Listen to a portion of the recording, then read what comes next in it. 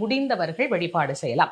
ஏதோ ஒரு முக்கியமான காரணம், எனக்கு கல்யாணம் ஆகியே தீரணும், நிறைய பிரச்சனையில என் கல்யாணம் ஓடிட்டு இருக்கு, குழந்தைக்காக பல ஆண்டுகள் நாங்க முயற்சி பண்ணிட்டு இருக்கிறோம், கண்டிப்பா அந்த விரதம் இருந்தா எனக்கு குழந்தை பிறக்கும்னு சொல்றாங்க. இந்த மாதிரி விரதம் இருப்பவர்கள் பட்டினியா இருக்கிறத கடைபிடிச்சா ரொம்ப ரொம்ப விசேஷம். மற்றவர்களுக்கு வாய்ப்பு இருந்தா இருங்க, அப்படி இல்லைன்னா எளிமையான பால் பழம் இந்த மாதிரி எளிமையான ஆகாரங்களை எடுத்துக்கொண்டு உங்களுடைய விரதத்தை நீங்க ஆரம்பிக்கலாம். காலையிலே நம்ம வீட்டுல இருக்கிற முருகருக்கு செவ்வரளி மலர், சிவப்பாக இருக்கக்கூடிய மலர் எது கிடைச்சாலும் போடுங்க. சிகப்பா கிடைக்கல அப்படின்னா வெள்ளை மலராகத்தான் இருக்குன்னாலும் பரவாயில்ல, சுவாமிக்கு பூ போட்டுருங்க. பூ போட்டுட்டு ஒரு டம்ளர் பால், நாட்டு சர்க்கரையோ அல்லது தேனோ கலந்து சுவாமிக்கு நைவேத்தியம் வைக்கலாம். பழங்கள் இருந்ததுன்னா வைக்கலாம், தேனும் தினைமாவும் இருந்ததுனாலும் நைவேத்தியம் வைக்கலாம்.